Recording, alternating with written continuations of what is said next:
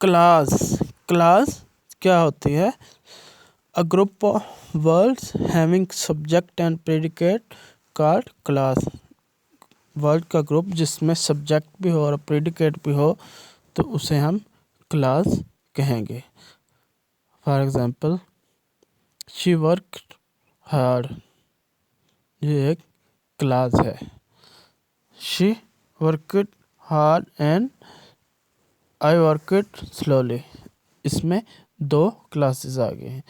ऊपर वाले में एक है और उसमें दो क्लास आ गई। आगे इसकी टू काइंड्स हैं, तो जो फर्स्ट काइंड है उसे हम मेन क्लास या इंडिपेंडेंट क्लास कहेंगे, मेन क्लास या इंडिपेंडेंट क्लास। और जो सेकंड है उसे डिपेंडेंट और सब ऑर्डिनेट क्लास कहेंगे। क्लास की ये दो काइंड्स हैं। तो पहले हम पढ़ते हैं मेन क्लास और independent class.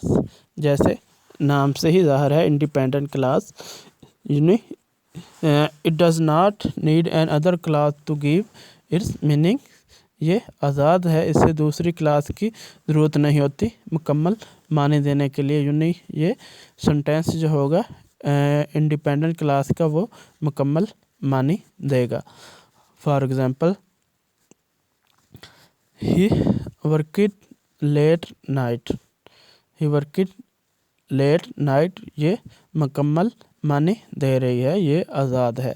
I get up early, मैं सुबह सवेरे उठता हूँ, ये भी इंडिपेंडेंट मेन क्लास है, कंप्लीट मानी दे रही है। वी गो टू स्कूल, ये भी कंप्लीट मानी मीनिंग दे रही है।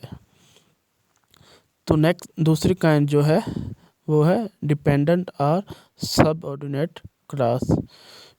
ये दूसरी क्लास पर डिपेंड करती है अपना मानी देने के लिए। It need another class to give its meaning, इसको मुकम्मल मानी देने के लिए दूसरी क्लास की ज़रूरत होती है, उसके बगैर ये मुकम्मल मानी नहीं देती।